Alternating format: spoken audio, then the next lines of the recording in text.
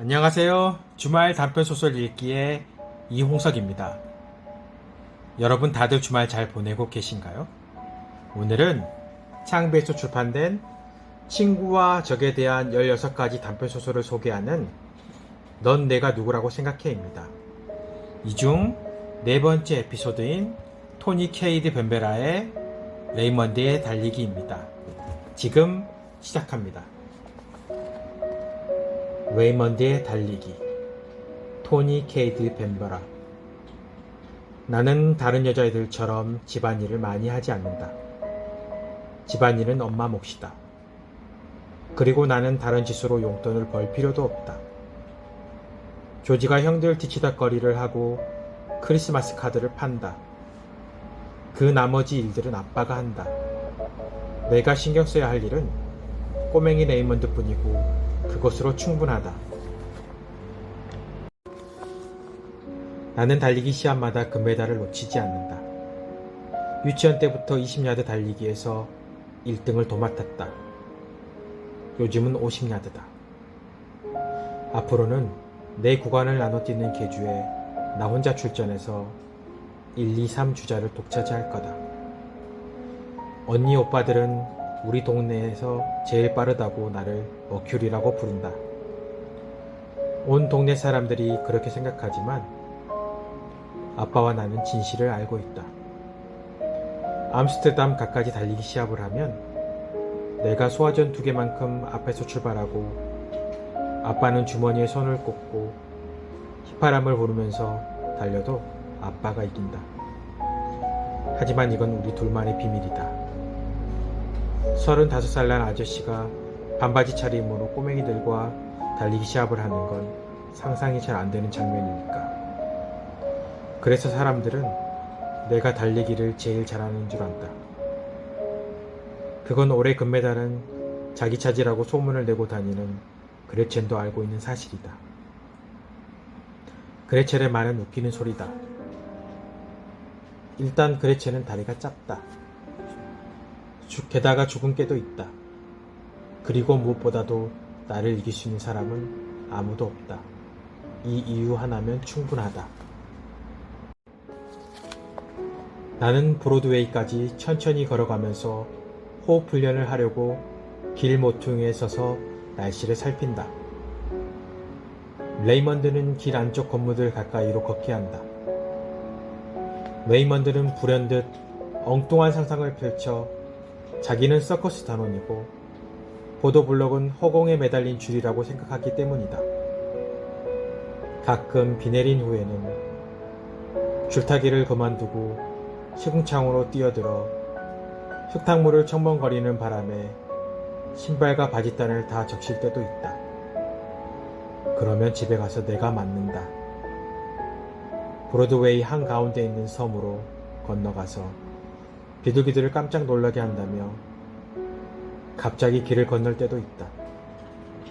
그럴 땐 내가 따라가서 햇볕을 쬐려고 앉아있다 사방에서 비둘기들이 퍼덕이며 신문을 흩어놓고 무릎 위에 올려둔 점심 도시락을 대주는 바람에 짜증이 난 할머니 할아버지들에게 죄송하다고 사과를 해야 한다.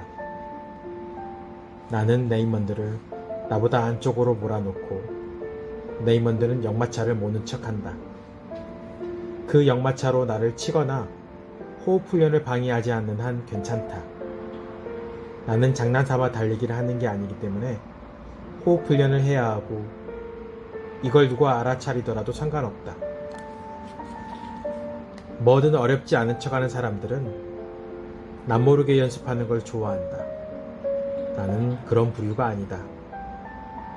무릎 힘을 기르려고 34번가에서 로데오 경기에 나온 조랑말처럼 껑충거리면 엄마는 나를 모르는 집에 정신 나간 아이인 양 취급한다.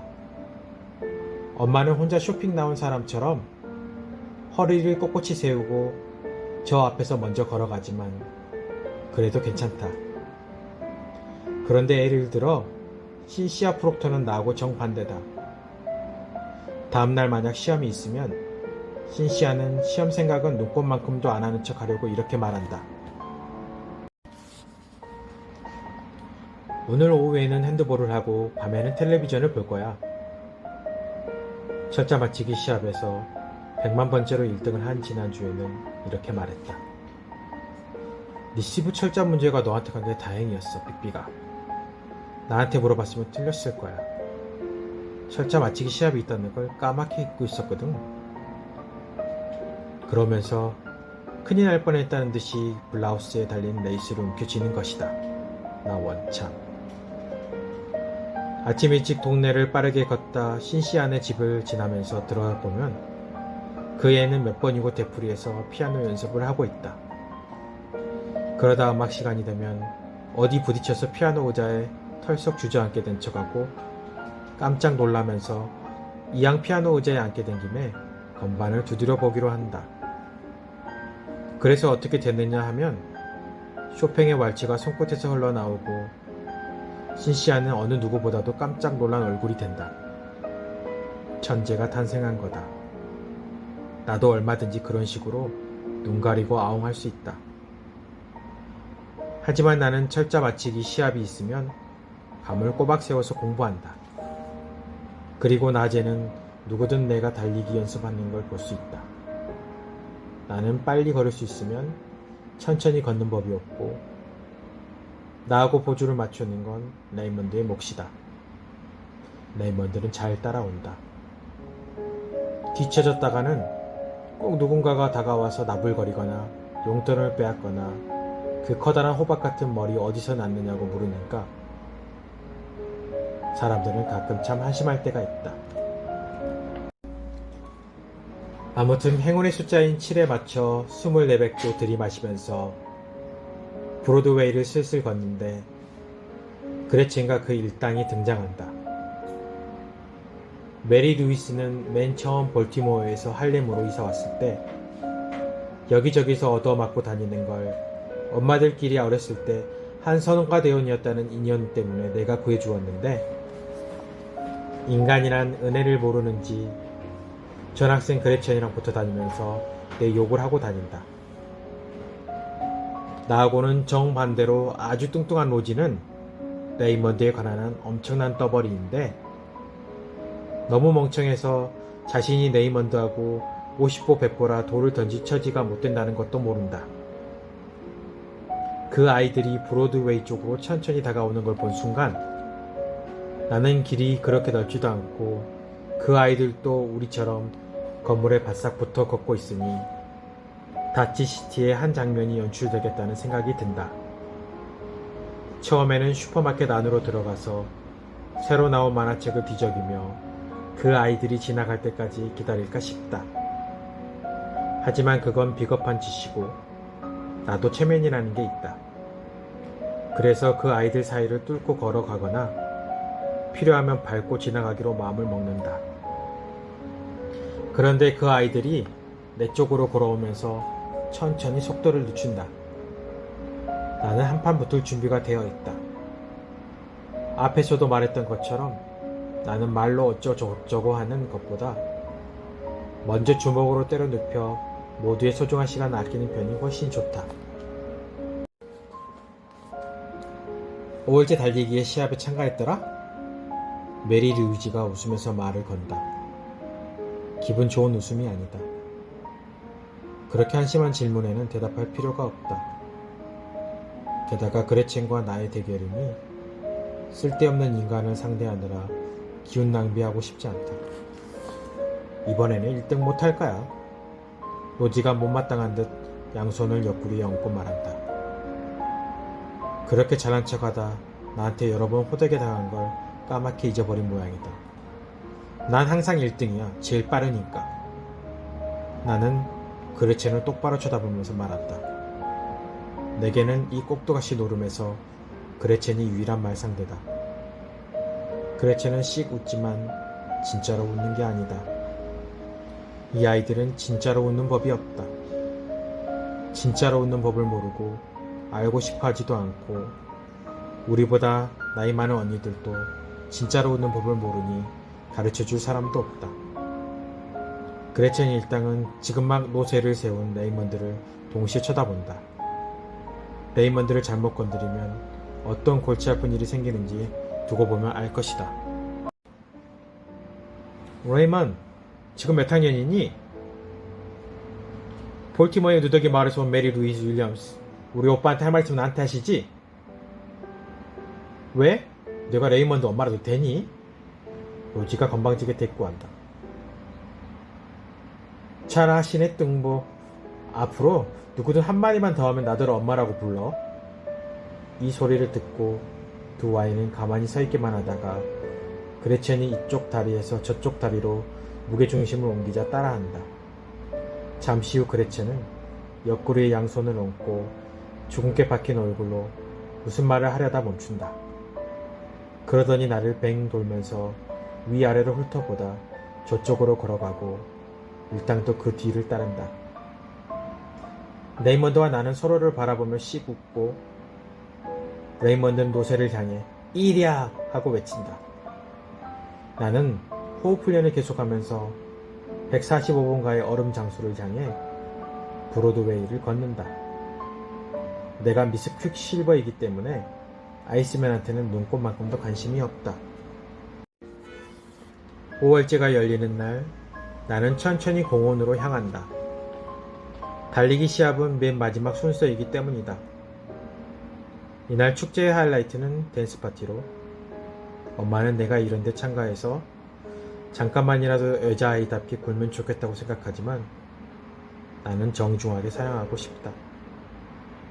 허리에 공단으로 큼지막하게 띠를 두른 새하얀 오디건 드레스를 만들어 주지 않아도 되고 그날까지 상자에서 꺼내지도 못하는 새하얀 구두를 사주지 않아도 되니 엄마는 내게 고마워해하는 거 아닐까? 딸이 5일째 기둥 주변을 깡충깡충 뛰어다니느라 새옷을 먼지투성이, 땀투성이로 만들거나 본연의 모습에 충실해야 할 때 요정이나 꽃 따위 엉뚱한 흉내를 내지 않으니 그것도 고마워해야 하는 거 아닐까? 내가 생각하는 내 본연의 모습은 내년이면 작아서 안 맞을 구두와 드레스를 살 만한 여유가 없는 가난한 흑인 여자이다. 나도 예전에 어린이집에 헨젤과 그레텔 연극에서 딸기 역을 맡았을 때 엄마 아빠가 근사하게 차려입고 와서 박수를 칠 수도 있도록 두 팔로 머리 위에 동그라미를 만들고 엄브렐라 스텝을 밟는 바보가 돼서 까치발을 하고 춤춘 적이 있다.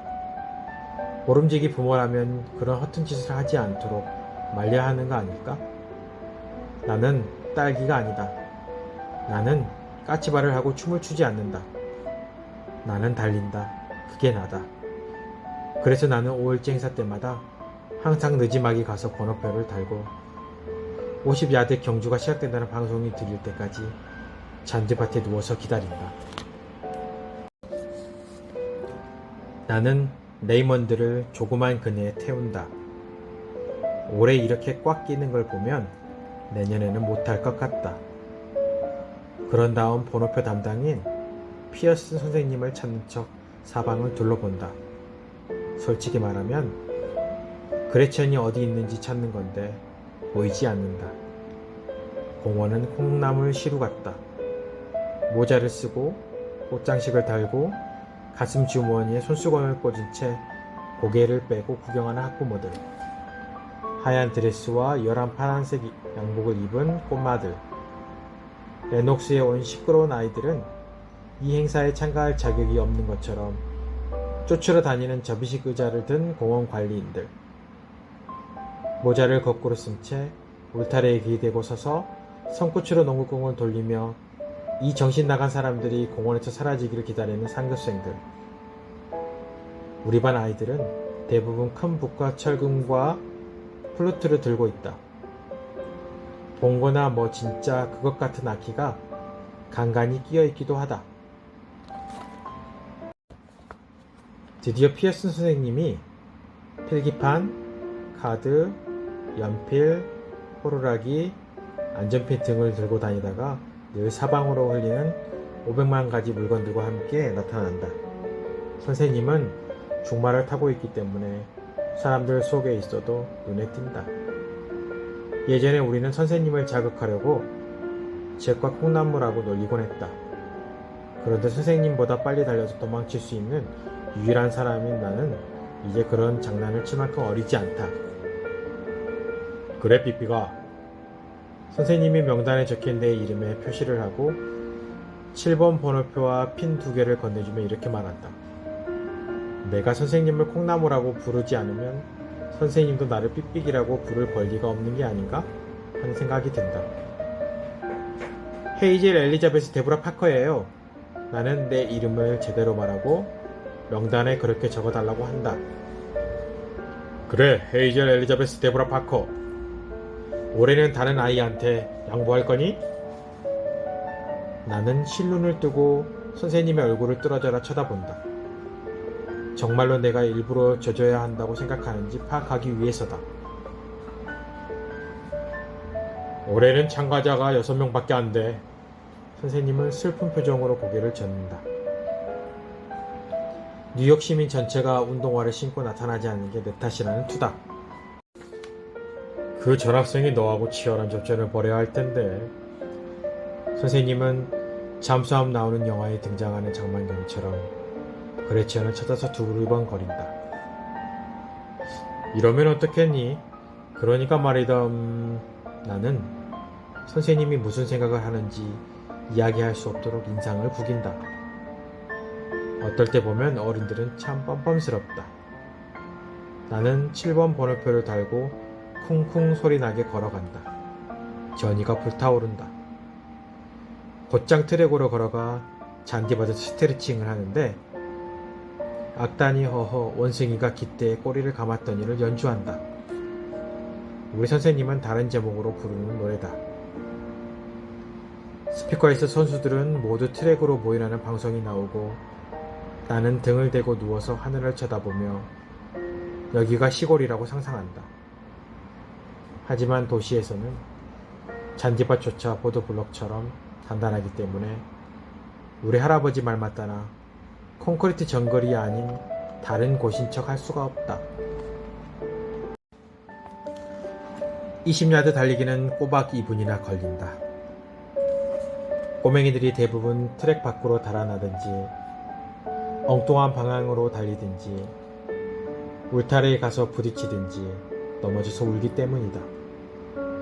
그 와중에 한 아이가 똑똑하게 하얀 리본이 있는 데까지 곧장 달려가서 1등을 한다. 그 다음에는 2학년생들이 30야드 달리기를 준비하지만 라파엘 페레츠가 1등을 할 게 뻔하니 굳이 쳐다보지도 않는다. 그 애는 1등으로 달리다 신발끈을 밟고 앞으로 꼬꾸라질 거라는 둥, 바지가 벗겨질 거라는 둥 하는 소리를 해서 다른 선수들을 불안하게 만든다. 거의 나만큼 빠르기 때문에 사실은 그런 작전을 쓸 필요가 없는데도 말이다. 다음 차례는 내가 1학년 때 참가했던 40야드 달리기다. 레이먼드가 그 내에서 고함을 지른다. 50야드 달리기가 시작된다는 방송을 듣고 이제 내 차례라는 걸 알았기 때문인데 뭐라고 하는지 알 수가 없다. 어쩌면 카스텔라 만드는 방법 따위를 말하고 있는 걸지도 모른다. 일어나서 트레이닝 바지를 벗는데 출발선에 서서 프로 선수처럼 다리를 앞으로 차는 그레첸이 보인다. 내 자리로 가서 보니 레이먼드가 그게 무슨 동작인지 알기라도 하는 것처럼 울타리 저쪽 출발선에서 몸을 구부린 채 손으로 땅을 짚고 있다. 나는 고함을 지르려다 참는다. 고함을 지르면 기운이 빠진다. 나는 시합에서 출발 직전이면 항상 꿈을 꾸는 듯한 기분이 든다. 열이 나서 온몸이 뜨겁고 둥둥 떠다니는 것 같을 때 꾸는 그런 꿈 말이다. 꿈속에서 나는 이른 아침 햇볕을 받으며 모래사장 위를 날고 나무 곁을 지나가면서 나뭇잎에 입을 맞춘다. 그러면 내가 기차라고 상상하면서 칙칙폭폭 소리를 내고 옥수수밭을 가로질러 언덕 너머 가수원까지 달렸던 어린 시절의 시골에서 그랬던 것처럼 언제나 사과 향기가 난다. 이런 꿈을 꿀 때 내 몸은 점점 가벼워져서 다시 모래사장 위를 날고 무게 없는 깃털처럼 바람에 날린다. 하지만 준비 소리에 손가락으로 땅을 짚고 몸을 숙이면 꿈은 사라지고 나는 다시 현실로 돌아와서 속으로 중얼거린다. 삑삑아, 꼭 이겨야 돼. 꼭 이겨야 돼. 너는 이 세상에서 제일 빨라. 맘만 먹으면 암스테르담가에서 아빠를 이길 수도 있어.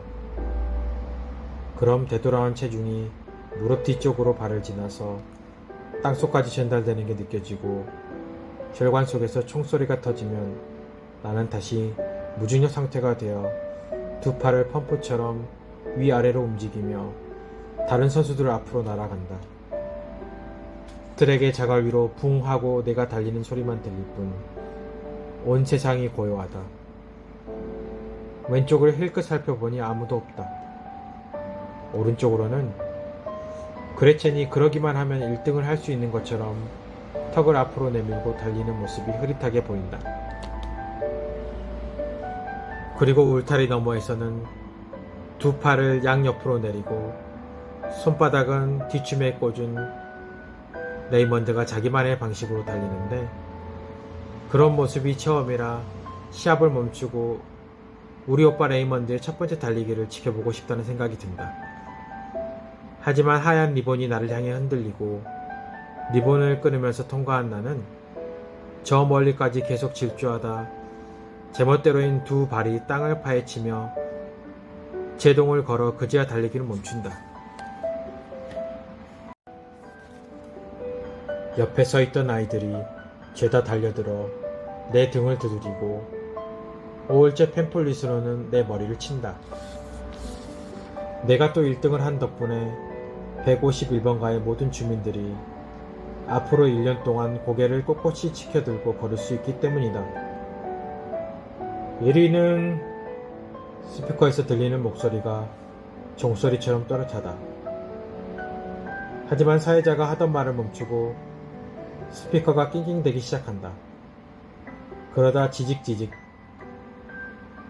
몸을 숙이고 숨을 고르는데 역시 걸스선을 통과한 그레첸이 옆구리에 손을 얹고 헉헉 소리와 함께 진짜 프로 선수처럼 천천히 규칙적으로 숨을 고르면서 내 쪽으로 걸어온다.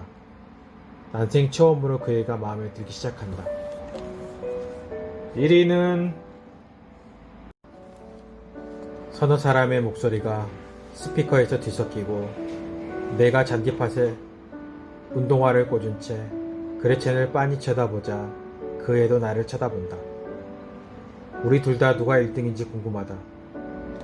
콩나무 선생님이 사회자와 싸우는 소리가 들리더니 여러 사람이 스토버치 따위의 말을 떠들어댄다. 레이먼드가 울타리를 잡아당기며 나를 부르는 소리가 들린다. 조용히 하라는 뜻으로 손짓을 해보지만 레이먼드는 우리에 갇힌 영화 속 고릴라처럼 울타리를 계속 뒤흔들다 자기가 무용수라도 되는 양 우아하고 느긋하지만 아주 빠른 속도로 울타리를 기어오르기 시작한다. 한 손 위로 또 다른 손을 올려놓으면서 술술 기어오르는 레이먼드를 보고 있으려니 두 팔을 옆구리에 붙이고 바람 때문에 벌어진 입 사이로 이를 훤히 드러낸 채 달리던 모습이 떠오르면서 문득 달리기를 시키면 아주 잘하겠다는 생각이 든다. 레이먼드는 내가 빠르게 걸어도 잘 따라온다. 그리고 칠에 맞춰 숨을 쉬는 것도 이미 터득해서 저녁 때마다 그 짓으로 조지를 열받게 한다. 나는 지금 악단의 연주에 맞춰 미소를 짓고 있다. 이번 시합에서 1등을 못하거나 그레첸과 공동 1등을 하거나 만에 하나 1등을 하더라도 언제든지 선수 생활을 마감하고 레이먼드의 코치로 전혀 새로운 인생을 시작할 수 있으니 말이다. 나는 조금만 더 공부하면 철자 맞추기 시합에서 신시아의 그 가식적인 모습을 이길 수 있다. 엄마를 들볶아서 피아노를 배우면 스타가 될 수도 있다. 그리고 이미 이 인근에서는 최고 악질로 명성이 자자하다. 리본이며 메달이며 상장도 방 하나 가득이다. 하지만 레이먼드에게는 자기 것이라고 말할 수 있는 게 뭐가 있을까? 내가 이렇게 새로운 계획을 세우고 큰 소리로 웃고 있을 때 울타리에서 뛰어내린 레이먼드는 이를 훤히 드러내고 두 팔을 옆구리에 붙인 채 지금까지 어느 누구도 터득하지 못한 방식으로 나를 향해 달려온다. 레이먼드가 다가오자 나는 반가운 마음에 펄쩍펄쩍 뛴다. 우리 오빠, 우리 집안의 전통을 잇는 위대한 달리기 선수. 하지만 사람들은 진행 요원들이 드디어 정신을 차리고 기록을 비교한 다음 이렇게 발표하기 때문에 내가 펄쩍펄쩍 뛰는 줄 안다. 1위 헤이젤 엘리자베스 데보라 파커 선수, 2위 그레첸 피 루이스 선수. 나는 피가 뭐의 약자일까 궁금해하며 그레첸 쪽을 쳐다본다. 그리고 싱긋 웃는다. 훌륭한 선수라는데 의심의 여지가 없기 때문이다. 어쩌면 그 애는 레이먼드 가르치는 일을 거두겠다고 나설지도 모른다. 누가 봐도 알 수 있다시피 달리기를 대하는 태도가 진지하니 말이다. 그 애는 축하하는 뜻에서 고개를 끄덕이더니 씩 웃는다. 나도 씩 웃는다. 우리는 경의를 담아서 서로에게 한박 웃음을 지으며 그렇게 서 있다. 여자아이들은 정직하고 존경스러운, 그러니까 사람다운 사람이 되기보다 꽃이나 요정, 딸기가 되기 바빠서 날마다 진짜로 웃는 법을 연습할 시간이 없다. 그 점을 생각했을 때 이 정도면 가장 진짜에 가까운 미소가 아닐까 싶다. 이상 주말 단편소설 읽기 토니 케이드 벤베라의 레이먼드 달리기였습니다. 지금까지 시청해주셔서 감사합니다.